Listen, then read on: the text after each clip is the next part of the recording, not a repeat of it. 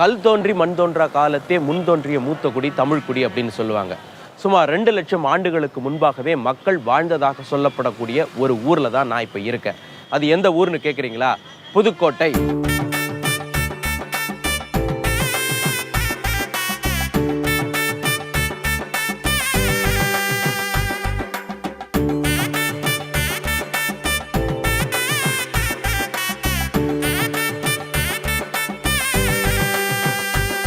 புதுக்கோட்டை அப்படிங்கக்கூடிய ஊர் உருவானதற்கும் அது இன்று வரை ஒரு வணிக தலமாக நிலை பெற்று நிற்பதற்கும் ஒரு புராண கதை சொல்லப்படுது.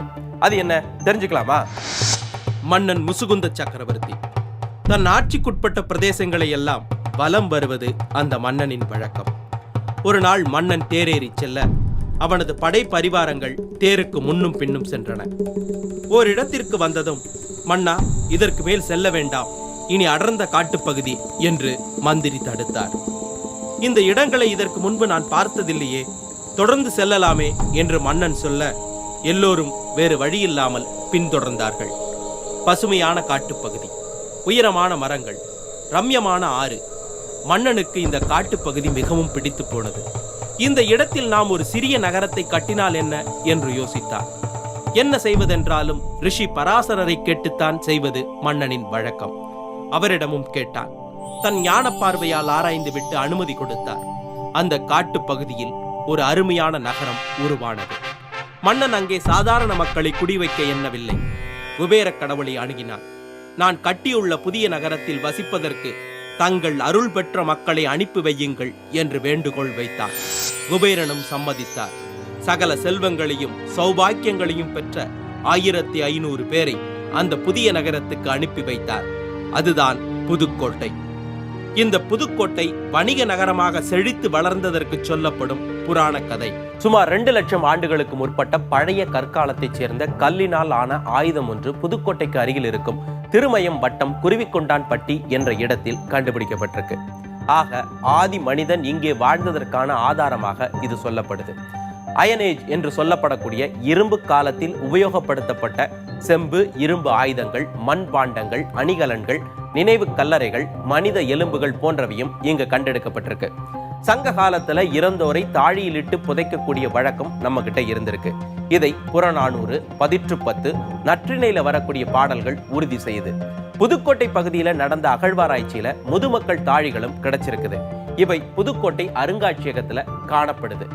இவை தவிர இப்பகுதியில் மிக பழமையான கல்வெட்டுகளும் சமணர்களின் குகைப்படுகைகளும் கிராம தேவதைகளுக்கான புகழ்பெற்ற ஆலயங்களும் இங்கு காணப்படுது. இந்த ஆதாரங்களின் மூலமாக புதுக்கோட்டையின் வரலாறு பழைய கற்காலத்திலேயே தொடங்குது அப்படிங்கிறத நாம புரிஞ்சுக்க முடியுது. புதுக்கோட்டையினுடைய தனித்துவமான உணவு எது? யாரை கேட்டாலும் சொல்றாங்க முட்டை மாசுன்னு. இட்லி, சப்பாத்தி, பரோட்டான்னு எதுக்குனாலும் தொட்டு சாப்பிடலாமா? சரி, இந்த முட்டை மாசுனா என்ன?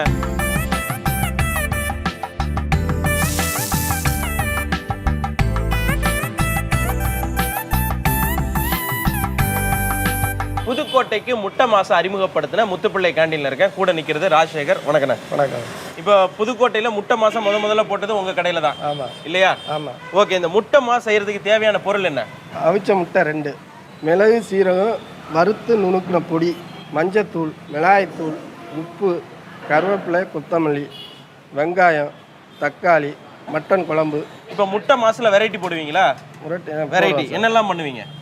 ஆனியன் மாசு. ஆனியன் ஜாஸ்தியா போட்டா ஆனியன் மாசு. ஓகே. ஆனியன் இல்லாம போட்டா மாசு. தனி பிளைன் மாசு. பிளைன் மாசு. ஓகே. முட்டையை ரவுண்டா வெட்டி போட்டா கோல்டன் மாசு. ஓகே. ஓ, இதுதான் இந்த வெரைட்டி இல்லையா? சரி, நம்ம இப்போ முட்டை மாசு செய்யலாமா? செய்யலாம்.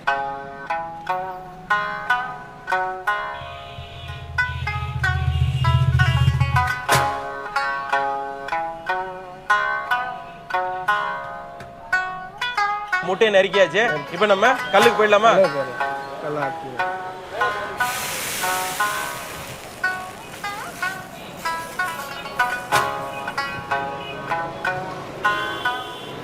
முதல்ல கொஞ்சமா எண்ணெய் போட்டுக்கிறீங்க. எண்ணெய் தெளிச்சுக்கணும்.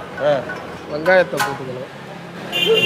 கொஞ்சமா வெங்காயம். சரி, கொஞ்சம் எண்ணெய் ஊற்றி வதக்கணும்.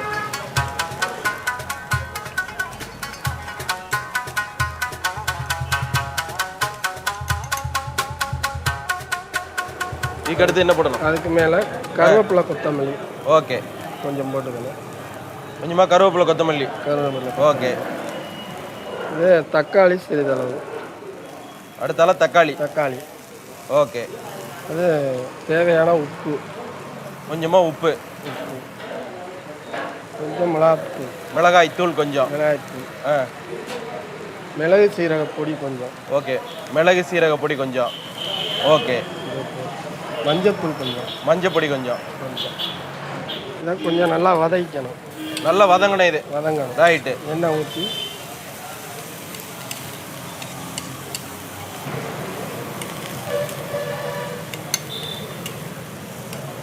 கொஞ்சம் நல்லா வதங்கின உடனே வெட்டி வச்ச முட்டையை போடணும்.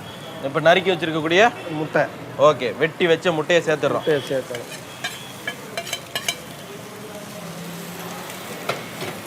ஆயில் வேணும்னா கொஞ்சம் சேர்த்துக்கலாம். ஓகே. ஏற்கனவே முட்டை வந்து நல்லா வெந்திருக்கு. ஓகே. அப்படியே பிரட்டி எடுத்தாவே முடிஞ்சது. எடுக்கணும். கொஞ்சம் நல்லா பிரண்ட உடனே இந்த மட்டன் குழம்பு. ஓகே. மட்டன் குழம்பு இப்போ நம்ம சேர்க்க போகிறது மட்டன் குழம்பு. எவ்வளோ சேர்க்கணும்? அந்த கொஞ்சம் ட்ரையாக இருக்கிற வரைக்கும் கொஞ்சம். ஓகே. ஓரளவு அந்த டேஸ்ட் வர்ற மாதிரி. அந்த டேஸ்ட்டுக்காக. ஆமாம். நிறையாவும் சேர்க்க வேண்டாம். ஓரளவு கொஞ்சமாக அது டேஸ்ட்டுக்காக மட்டும். அவ்வளோதான். Mass ready. இப்போ தட்டில் எடுத்துடலாம்.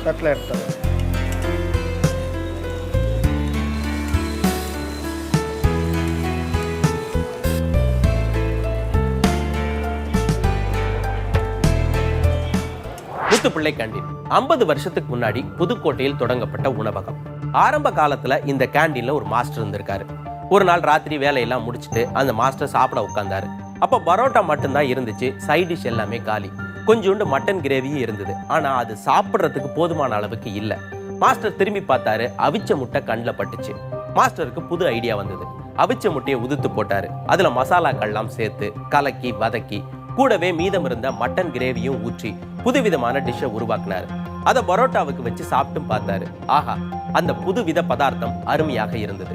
மறுநாள் இதை கேண்டீன்ல சாப்பிட வரவங்களுக்கும் அறிமுகப்படுத்தினார். எல்லோரும் அப்புறம் இந்த டிஷ்ஷையே சைட் டிஷ்ஷாக கேட்டு சாப்பிட ஆரம்பிச்சாங்க. இந்த அவிச்ச முட்டை டிஷ்ஷுக்கு மாஸ் அதிகமானதுனால முட்டை மாஸ்னே பேரும் வச்சுட்டாரு. இன்னைக்கு புதுக்கோட்டை எங்கும் பிரபலமாக இருக்கக்கூடிய முட்டை மாஸ் உருவானது இப்படித்தான். புதுக்கோட்டை முட்டை மாஸ் டேஸ்ட் பார்க்குறேன். உண்மையிலே மாசா தாங்க இருக்கு. இந்த சேர்மானங்கள் மிளகாத்தூள், மிளகுத்தூள், ஜீரகத்தூள் எல்லாம் சேர்ந்து முட்டை மாஸ் அமர்க்களமா இருக்கு. சங்க காலத்தில் புதுக்கோட்டையின் பெயர் என்ன? தென்பாண்டி குட்டம், குடங்கற்கா வேன்பூழி, பன்றி அருவாவதன் வடக்கு, நன்றாய சீதமலாடு, புனநாடு, செந்தமிழ் சேர் ஏ தமிழ் பன்னிரு நாடன். இது சங்ககால பாடல். இதுல குறிப்பிட்டிருக்கக்கூடிய பன்றி நாடே சங்க காலத்தில் புதுக்கோட்டைக்குரிய பெயராக இருந்தது. அப்ப தமிழ்நாட்டை பன்னிரு பகுதிகளாக சொல்வாங்க. அதில் ஒன்றாக இந்த பன்றி நாடும் சொல்லப்பட்டது. இது பாண்டிய நாட்டிற்கு வடக்கு பகுதியாகவும் புனல் நாடு எனப்பட்ட சோழ நாட்டிற்கு தெற்கு பகுதியாகவும் அமைந்திருந்ததாக ராஜராஜ வள்நாட்டு பன்றியூர் அழும்பில் என்னும் பிற்கால சோழர் கல்வெட்டு செய்தி சொல்லுது. இந்த பன்றி நாடு என்பது கோநாடு காநாடு என இரண்டாக பிரிக்கப்பட்டிருந்ததாகவும் சங்ககால இலக்கியங்கள் சொல்கின்றன. சங்க காலத்தில் புதுக்கோட்டை பகுதி வணிகர்கள் கடல் கடந்து வாணிபத்தில் ஈடுபட்டிருந்தனர். மேற்கு கடற்கரை பகுதியில் இருந்து கிழக்கு கடற்கரை பட்டினங்களுக்கு ஏற்றுமதி பொருட்கள் புதுக்கோட்டை பகுதி வழியாக கொண்டு செல்லப்பட்டன என்று ஆய்வாளர்கள் சொல்கிறார்கள். இதில் குறிப்பிட்டு சொல்ல வேண்டுமென்றால் ரோமாபுரிக்கும் புதுக்கோட்டைக்கும் இருந்த வணிக தொடர்பு முக்கியமானது. இப்பகுதியில் உள்ள மீமிசல், தொண்டி துறைமுகங்கள் வியாபார முகத்வாரங்களாக பயன்படுத்தப்பட்டிருக்கின்றன. புதுக்கோட்டை பகுதியிலிருந்து பருத்தியும் பட்டுத்துணியும் நல்லெண்ணையும் ரோமாபுரிக்கு ஏற்றுமதி செய்யப்பட்டதாக தெரிகிறது. புதுக்கோட்டைக்கும் ரோமாபுரிக்குமான வணிக தொடர்புக்கு ஆதாரமாக இங்கு கருக்காக்குறிச்சி என்ற பகுதியில் பண்டைய ரோமின் தங்க நாணயங்கள் கண்டெடுக்கப்பட்டுள்ளன. இந்த நாணயங்கள் கிமு 29க்கும் கிபி 79க்கும் இடைப்பட்ட காலத்தைச் சேர்ந்தவை. Augustus Caesar, Tiberius Caesar, Caligula, Nero உள்ளிட்ட பல ரோமானிய மன்னர்களின் பெயர்களும் உருவங்களும் இந்த நாணயங்களில் பொறிக்கப்பட்டுள்ளன. இவற்றை புதுக்கோட்டை அருங்காட்சியகத்தில் இப்பொழுதும் பார்க்கலாம். நான் இப்போ புதுக்கோட்டையில் இருக்கக்கூடிய பழனியப்பா மெஸ்ஸில் இருக்கேன். என் கூட இருக்கிறது மாஸ்டர் ராஜு. வணக்கம். எவ்வளவு வருஷமா இந்த ஹோட்டல் தொழில இருக்கீங்க? 35 வருஷமா இருக்கேன். 35 வருஷமா மாஸ்டரா இருக்கீங்க இல்லையா? உங்க மெஸ்ஸில் எது ரொம்ப ஃபேமஸ்? தூள் மீன் ஃபேமஸ். தூள் மீன்னா இது என்ன மீன்? புள்ள முரல், கலிங்கி முரல் இதுல செய்வீங்க செய்வோம் இல்லையா? தூள் மீன்கிற பேர் எப்படி வந்துச்சு? பேருனா எங்க முதலாளி வந்து வெட்டி கட் பண்ணி டேஸ்ட் பார்த்துட்டு தூள் மீன் பேர் வச்சாரு. தூள் மீன்கிற பேரு உங்க முதலாளி வச்சதுதான்? முதலாளி தான் வச்சது. எத்தனை வருஷத்துக்கு முன்னாடி? ஒரு 20 வருஷத்துக்கு முன்னாடி. 20 வருஷத்துக்கு முன்னாடி இந்த தூள் மீன்கிற கூடிய இந்த வகை உணவு வகையை அவரா முயற்சி எடுத்து அதை வெட்டி போட்டு சாட் பாப்போம்னு சொன்ன ஒரு பாடு போட்டு பார்த்தா நல்லா சக்சஸ் ஆச்சு, நல்லா இருந்துச்சு. ஓகே. இந்த தூள் மீன் வந்து இந்த கலிங்க முரல் அல்லது புள்ள முரல் இதுல செஞ்சா நல்லா இருக்கும். ஏன்? சின்ன சின்னமா கட் பண்ணி ஒரே முள்ளு நெய்ஸ் முள்ளா இருக்கும். சின்னமா கட் பண்றதுனால எடுத்து சாப்பிட நல்லா இருக்கும். சின்ன பிள்ளையில இருந்து எல்லாரும் முள்ளு வந்து டிஸ்டர்ப் பண்ணாது, சாப்பிடும்போது எடுக்கும்போது நல்லா குழந்தைங்க கூட நல்லா எடுத்து சாப்பிடலாம். நைஸ் முள்ளு, நைஸ் முள்ளா இருக்கும். அதனால இதுல செஞ்சா நல்லா இருக்கும். அதைத்தான் நீங்க இப்போ செய்ய போறீங்க இல்லையா? ஆமா. செஞ்சிடலாமா? செய்வோம்.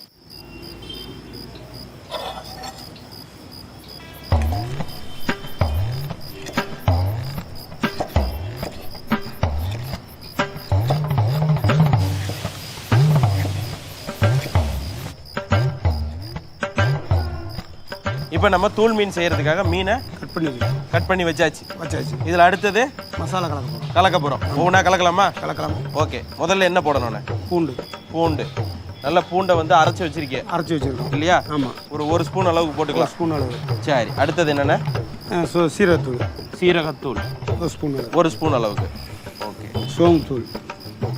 அடுத்தது சோம்புத்தூள். அதுவும் ஒரு ஸ்பூன் அளவு. ஓகே. அடுத்ததுன்னா மிளகாய்ப்பொடி, தனி மிளகாய்த்தூள். அது ஒரு ஸ்பூன், கொஞ்சம் ஒரு 1.5 ஸ்பூன் அளவு. காரம் எவ்வளோ வேணுமோ அதுக்கு ஏற்ற மாதிரி. ரைட்டு. அப்புறம் மஞ்சத்தூள்.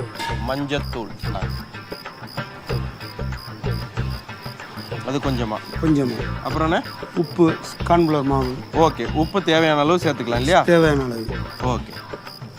உப்பு, அப்புறம் கார்ன்ஃப்ளவர் மாவு. இதுவும் கொஞ்சமா. ஓகே. எலுமிச்சம்பழம், முட்டை. எலுமிச்சம்பழம் ஒரு மூடி இல்லையா? ஒரு மூடி முட்டை. அதுக்கப்புறம் முட்டை இல்லையா?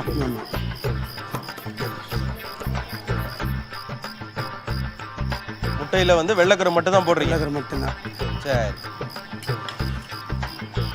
இது வந்து கலந்துக்க வேண்டியது. இது இப்போ ஒன்றா கலந்துட வேண்டியதான்? கலந்துடலாம். இந்த கலந்தது நம்மளுக்கு ஊறணும் சேர்த்து. எவ்வளவு நேரம் ஊறணும்? ஒரு 5 நிமிஷம் ஊறினா போதும்.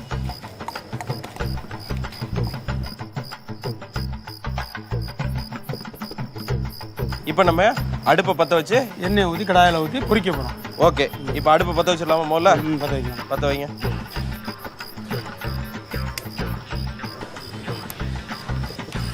எண்ணெய் கொஞ்சம் ஊற்றிடலாமா? எண்ணெய் ஊற்றிடலாம்.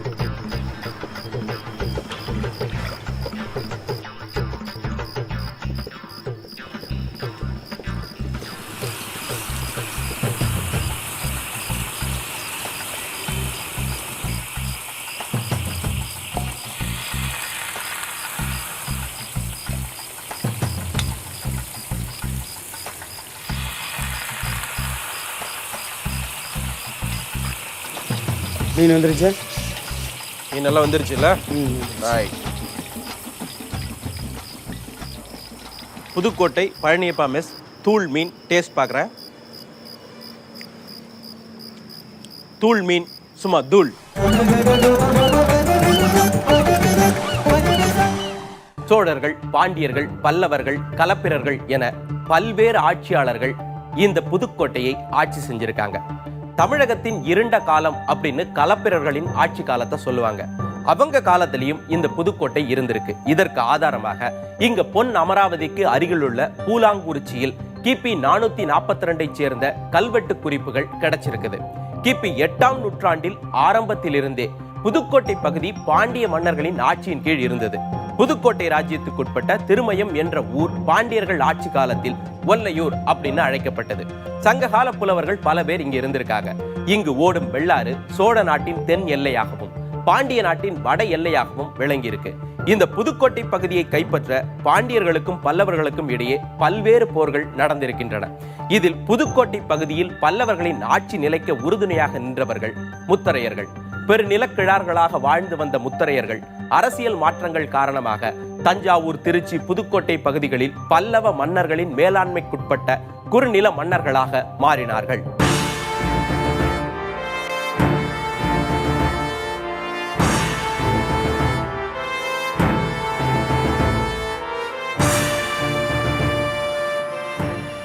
பதினான்காம் நூற்றாண்டில் விஜயநகர பேரரசின் ஒரு பகுதியாக இந்த புதுக்கோட்டை வருது. 1565 தலைக்கோட்டை போர் நடக்குது. அதில் விஜயநகர பேரரசு தக்கான பகுதி சுல்தான்கள் கிட்ட தோத்து போகுது. தக்கான பகுதி சுல்தான்களின் ஆட்சிக்கு கீழே இந்த பகுதி வந்த பிறகு அவங்க நாயக் அப்படிங்கக்கூடிய கவர்னர்களை நியமிச்சுட்டு அவங்க திரும்ப போயிடுறாங்க. அதற்கு பிறகு மதுரை நாயக்கர்களின் ஆட்சிக்கு கீழே இந்த புதுக்கோட்டை வந்தது. அவங்க 17ஆம் நூற்றாண்டினுடைய பாதி வரைக்கும் இங்கே ஆட்சி செய்கிறாங்க. 1670 1710 வரைக்கும் ராமநாதபுரத்தை ஆட்சி செய்தவர் ரகுநாத கிழவன் சேதுபதி. அவருடைய ஆட்சிக்குட்பட்ட பகுதியாக புதுக்கோட்டைக்கு அருகில் இருக்கக்கூடிய திருமையம் இருக்கு. இந்த திருமையத்தை கவர்னராக இருந்து ஆட்சி செய்தவர் ரகுநாத ராய தொண்டைமான் அப்படிங்கிறவர். அவருடைய நிர்வாக திறமையை பாராட்டி ஒரு பகுதியை ரகுநாத கிழவன் சேதுபதி அவருக்கு எழுதி கொடுக்குறாரு. அந்த பகுதியில் ஒரு புதிதாக ஒரு கோட்டை கட்டப்படுது. அதை சுற்றிலும் புதிய குடியிருப்புகள் உருவாகுது. அதுதான் இன்றைய புதுக்கோட்டை. 1686 ரகுநாத ராய தொண்டைமான் புதுக்கோட்டை சமஸ்தானத்தினுடைய முதல் மன்னராக பொறுப்பேற்றுக்கிறாரு.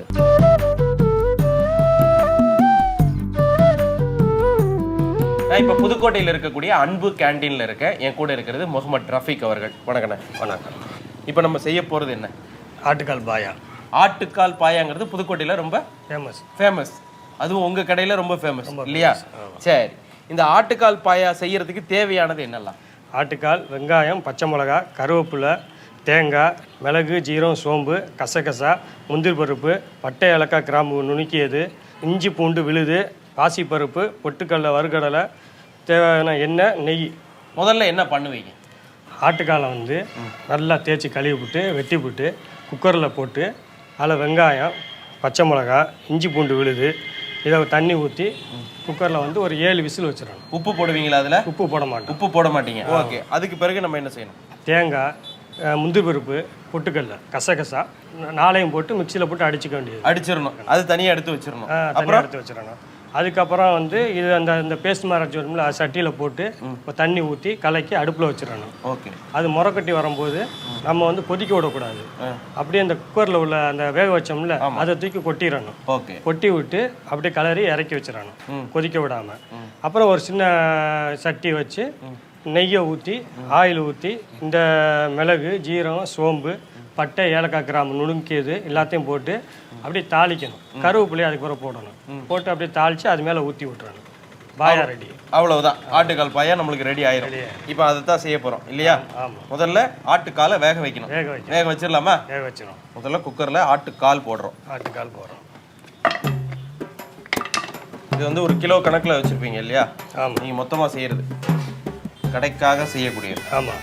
சரி, அடுத்தாப்புல என்ன சேர்க்க போகிறோம்? இதில் வெங்காயம். வெங்காயம். இது எத்தனை கிலோ இருக்கும் சும்மா கணக்கில்? இதில் ஒரு 5 கிலோ இருக்கும். 5 கிலோ இருக்கும். 5 கிலோக்கு எவ்வளோ வெங்காயம் போடுவீங்க? ஒரு 3/4 கிலோ வெங்காயம். 3/4 கிலோ வெங்காயம் போடுங்க. வெங்காயம் இது எவ்வளோ வரும்? இது ஒரு 300 கிராம். 300 கிராம். பச்சை மிளகா, இஞ்சி பூண்டு ஒரு 50 இருக்குமா? 50 கிராம். நல்லா அரைச்சது இல்லையா? தனித்தனியாக அரைச்சி. தனித்தனியாக அரைச்சி. பாசிப்பருப்பு. இது எவ்வளோ போட்டிருக்கீங்க? இது 100 கிராம் பாசிப்பருப்பு. அவ்வளவுதான். இதுக்கப்புறம் எவ்வளோ தண்ணி ஊற்றணும் இருக்கு? தண்ணி 3/4 ஊற்றிக்கணும். அது நினைக்கிற அளவுக்கு ஃபுல்லாக முங்குற அளவுக்கு நம்ம தண்ணி ஊற்றிக்கிறோம். தண்ணி ஊற்றிட்டு 7 விசில் வர வரைக்கும் வைக்கணும். இது நல்லா முங்கி இருக்கிற அளவுக்கு தண்ணி ஊற்றணும் இல்லையா? இப்போ இதை மூடி போட்டு அடுப்பில் ஏற்றிடலாம். ஏற்றிடலாம்.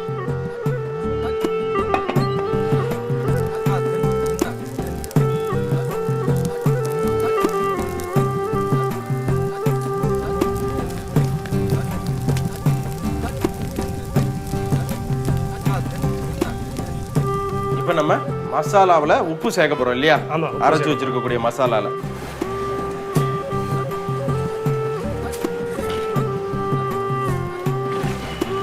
அடுத்தது தண்ணி.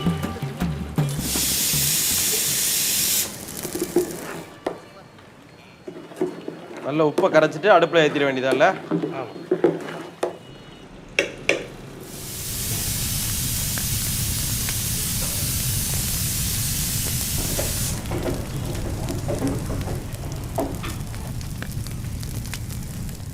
வரலாற்றின்படி பார்த்தாலும் ஆரம்பத்தில் சொன்ன புராண கதைகளின்படி பார்த்தாலும் அடர்ந்த காட்டு பகுதிக்குள் அமைந்த ஊராகத்தான் இது இருந்திருக்கு.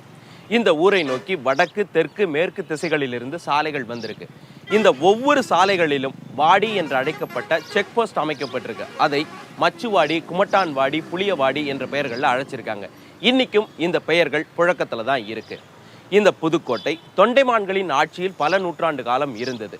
இந்த தொண்டைமான்களை பற்றி தொண்டைமான் வம்சாவளி எனும் தெலுங்கு கவிதை நூலில் குறிப்புகள் காணப்படுது. அதில் இவர்கள் இந்திர வம்சத்தார் என்றும் இவர்களின் முதல் மன்னன் பச்சை தொண்டைமான் என்றும் சொல்லப்பட்டிருக்கு. இந்த புதுக்கோட்டை யாருடைய காலத்துல வளர்ச்சி அடைஞ்சது? கிபி 1886 புதுக்கோட்டையின் மன்னராக பதவியேற்றவர் தொண்டைமான் பரம்பரையில் வந்த ராஜ மார்த்தாண்ட பைரவ தொண்டைமான் பகதூர். இவரது ஆட்சி காலத்தில் புதுக்கோட்டை பல்வேறு விதங்களில் வளர்ச்சி அடைஞ்சது. உப்பு காய்ச்சறதுக்காக பிரிட்டிஷ் அரசு வரி விதிச்சது. இதனால புதுக்கோட்டை அரசாங்கத்துக்கும் பிரிட்டிஷ் அரசாங்கத்துக்கும் இடையே மோதல் ஏற்பட்டு அது வழக்காக மாறியது. இந்த வழக்கு மன்னர் பைரவ தொண்டைமான் காலத்தில் தீர்த்து வைக்கப்பட்டது. அதாவது பிரிட்டிஷ் அரசு ஆண்டுதோறும் புதுக்கோட்டை அரசுக்கு 38,000 ரூபாய் கொடுக்கும்படி செய்தவர் பைரவ தொண்டைமான். இவரின் காலத்தில் தான் கல்லூரி, அலுவலகங்கள், மருத்துவமனைகள் போன்றவை புதுக்கோட்டையில் கட்டப்பட்டது. கிபி 1887 3 நீதிபதிகள் அடங்கிய உயர்நீதிமன்றம் ஒன்று இங்கு அமைக்கப்பட்டது. விதையும் உழவு மாடும் வாங்க விவசாயிகளுக்கு வட்டியில்லா கடனுதவி வழங்கப்பட்டது. பத்திரப்பதிவு அலுவலகங்கள், புதுக்கோட்டை நகரத்தில் வீதி தோறும் நல்ல தண்ணீருக்கான குழாய்கள், குழந்தைகளுக்கான இலவச ஆரம்ப பள்ளிகள், கூட்டுறவு தொழிற்சங்கங்கள் இந்த ஊரில் ஏற்படுத்தப்பட்டன. இவர் காலத்தில் நடந்த முக்கியமான விஷயம் மக்கள் பிரதிநிதி சபை ஒன்று மன்னர் பைரவ தொண்டைமானால் ஏற்படுத்தப்பட்டதுதான். ஆக இன்றைய புதுக்கோட்டை நகரத்தின் வளர்ச்சிக்கு முன்னோடியாக இருந்தது இந்த மன்னர் தான் அப்படின்னு தாராளமாக சொல்லலாம்.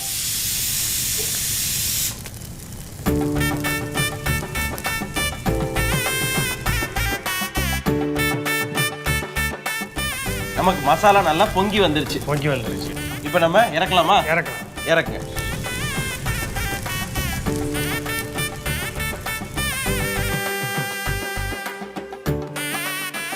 தேங்காய், பொரிகடலை, முந்திரி பருப்பு, கசகசா நல்லா அரைச்சிட்டு அதை உப்பும் சேர்த்து கொதிக்க வச்சிருக்கோம் இல்லையா? அது நல்ல நுர பொங்கி வந்துருச்சு.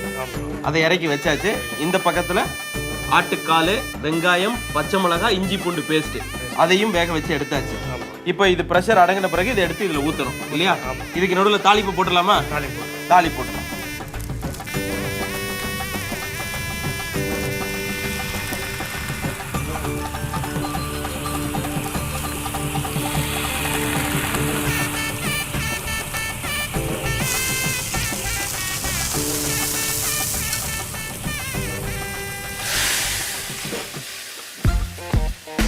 இப்போ நம்ம குக்கரை திறந்துடலாமா? திறந்துடும். ஓகே. நம்மளுக்கு ஆட்டுக்கால் நல்லா வெந்து வந்திருக்கு இல்லையா?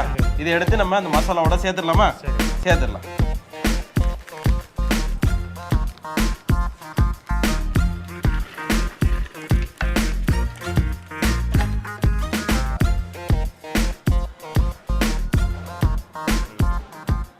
புதுக்கோட்டை அன்பு கேண்டீன் ஆட்டுக்கால் பாயா அருமையா இருக்குங்க. புதுக்கோட்டை உணவும் வரலாறும் சுவையா இருந்துச்சுல்ல? மீண்டும் மற்றொரு உணவோடும் வரலாறோடும் உங்களை சந்திக்கின்றேன். பாய்.